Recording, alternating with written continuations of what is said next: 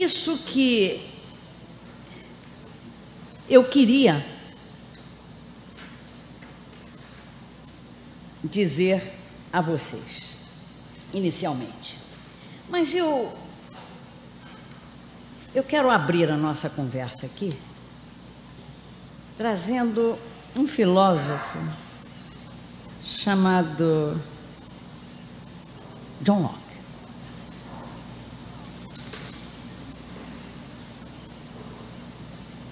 Um filósofo chamado...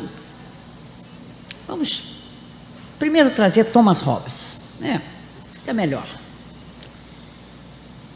Neste momento que nós fomos julgados quase que num buraco negro de valores,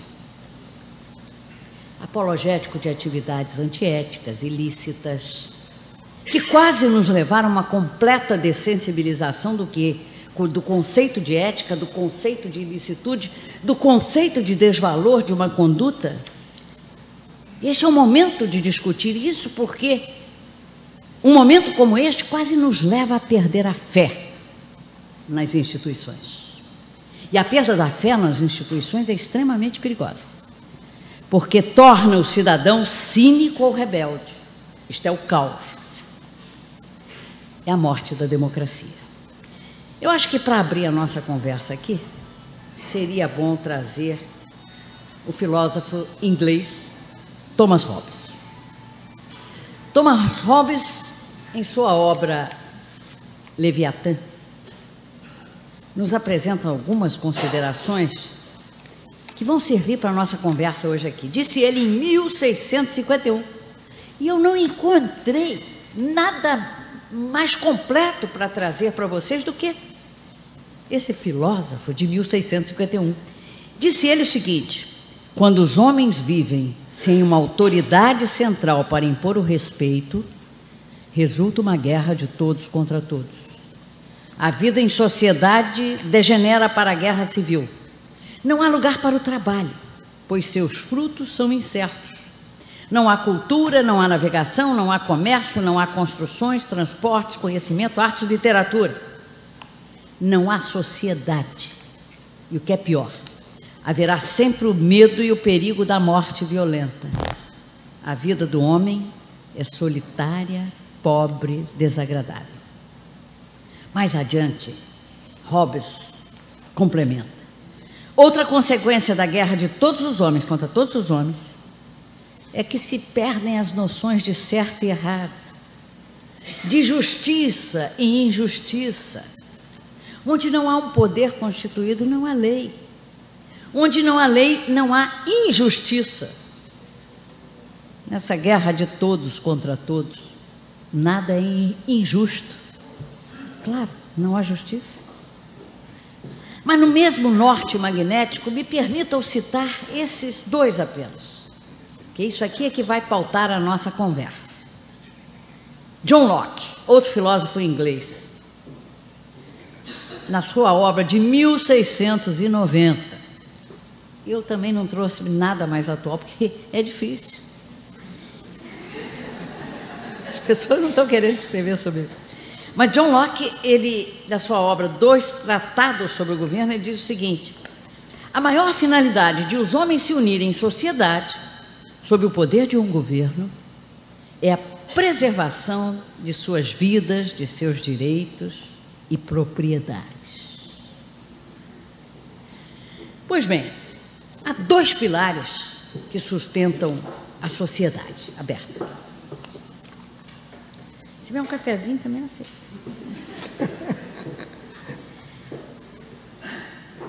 Há dois pilares.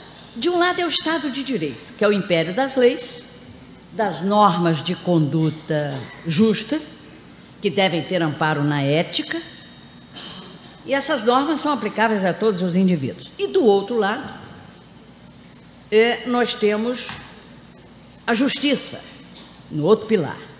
A justiça é o cumprimento da lei e, por via de consequência, a punição ao seu descumprimento. Nenhum governo, frise-se, pode admitir o descumprimento da lei sem punição, porque isso deforma os conceitos de justiça e direito. E o governo abre mão das suas clássicas funções. Pois bem, é fácil perceber que as instituições públicas brasileiras estão em largo processo de deterioração ética. Deterioração ética.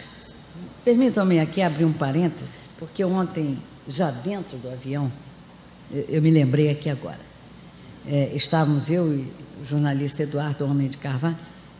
Levanta aí para as pessoas te verem, Eduardo. Tem cara de bem-nascido, ele fica sentado. É um jornalista. Bom, o Eduardo, nós estávamos dentro do avião e o comandante disse, nós estávamos sentados, eu disse, Eduardo, 1 hora dentro do avião. E o comandante disse, eu peço desculpas a vocês, mas não é um problema nosso. É que a torre de controle está deteriorada. E só pode sair um avião de cada vez. Então, era um congestionamento de DC-10, A380, Boeing. Tinha até aquele avião que mata Boeing, como é que é o nome dele? Learjet. Aquele assassino de Boeing. Pois é. Então, isso mostra, é apenas uma demonstração dos reflexos da deterioração ética. A deterioração ética, ela se espraia e ela provoca uma deterioração na prática, no nosso ir e vir. Pois bem,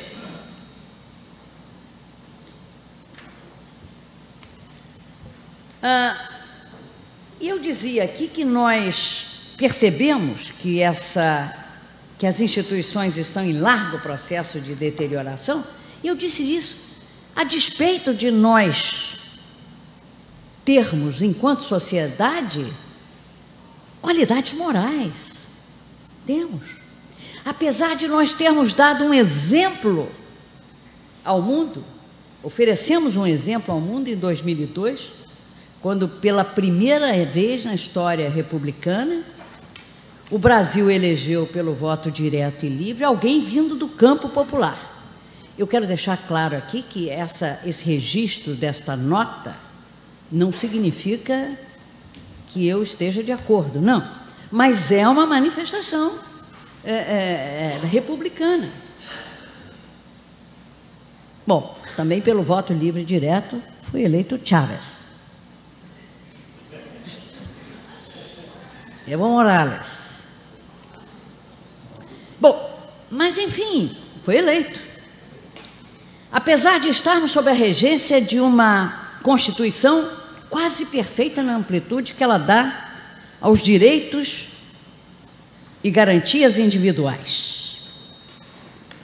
Então, o que é essa contradição entre a crise nas instituições brasileiras?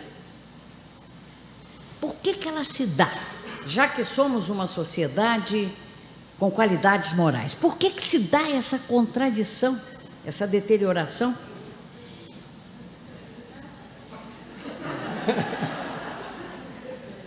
Vocês aceitam? Eu acho que tem para todo mundo aqui. Tá ótimo. Por que se dá essa contradição? Essa contradição, ela se dá... É uma bagunça isso aqui, hein? Nossa Senhora!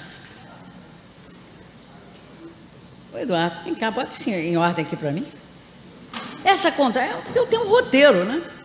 Essa contradição, ela se dá porque o poder político resolveu se apropriar das estruturas do Estado brasileiro para utilizá-la na direção dos seus interesses pessoais, dos seus interesses imediatos e, na maior parte das vezes, no interesse privado dos seus agentes. É aí que está instalado o tumor. É aí que está instalado o tumor já em fase de metástase. E não há reforma política que dê jeito nisso, se não considerar a contradição ética que eu mencionei. Eu pergunto a vocês, a maneira de construir ou fazer sobreviver um Estado democrático sem instituições públicas minimamente confiáveis? Eu, sinceramente, não vejo como. Por onde eu ando, eu tenho indagado das pessoas se elas confiam minimamente no Congresso Nacional. Podia fazer isso aqui agora. Sabe qual é a resposta que eu tenho obtido? 100% dizem que não confiam. Isso numa pesquisa que eu faço minha. O não preenche 100% das respostas. Mas uma pesquisa recente da CNT, Census, rodada em todo o Brasil, dá como índice dos que não confiam no Congresso Nacional o percentual de 72,7%. Dá o 15 aí. Eu pergunto se confiam na justiça. O grau de confiança é o mesmo. A mesma pesquisa cravou 61,4% que não confiam na justiça. As pessoas compreendem que há segurança política? Nunca. E nas polícias alguém confia?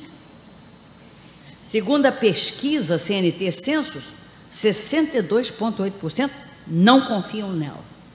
Na imprensa, nas leis. Ainda a mesma pesquisa nos dá o percentual de 60,3% como índice dos que não confiam no governo.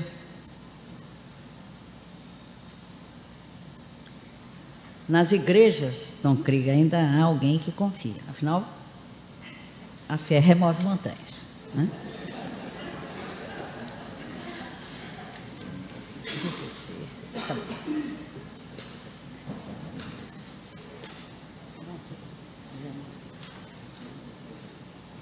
Pois bem, e a confiança nos partidos políticos? A repugnância é maior ainda.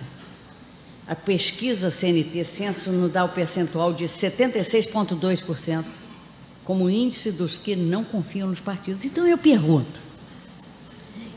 a vocês, com este grau de confiança nas instituições, por parte da sociedade, a democracia estará segura?